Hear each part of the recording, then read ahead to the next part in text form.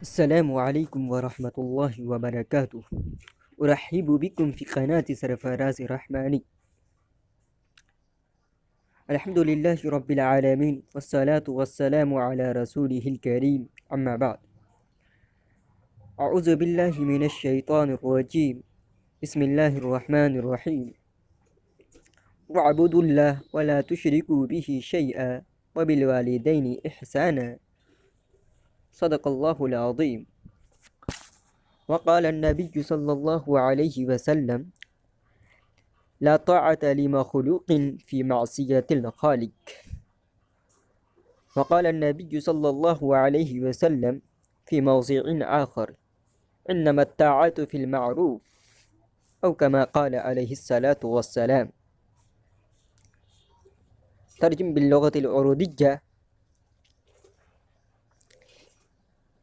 اللہ تبارک و تعالی نے فرمایا کہ میری عبادت کرو اور اللہ کے ساتھ کسی کو شریک مت ٹھہراؤ۔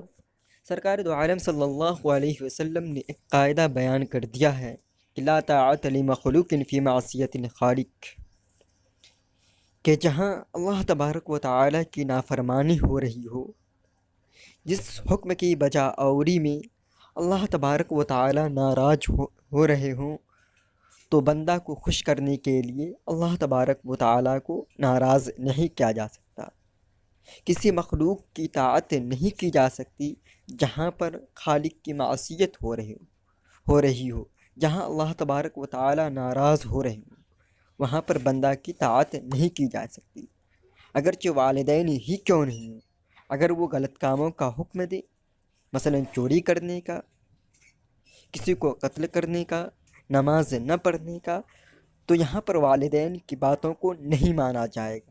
ہاں البتہ اگر وہ اچھے کاموں کا حکم دے تو سرکار دو عالم صلی اللہ علیہ وسلم نے فرمایا انما الطاعات فی المعروف، کہ اچھے کاموں میں، نیک کاموں میں ہر ایک کی فرما برداری کی جائے گی، چاہے والدین ہو یا کوئی ہو۔ اگر وہ نیک کام کا حکم دے تو ان کی باتوں کو مانا جائے گا، ان کو دلوں میں جگہ دی جائے گی۔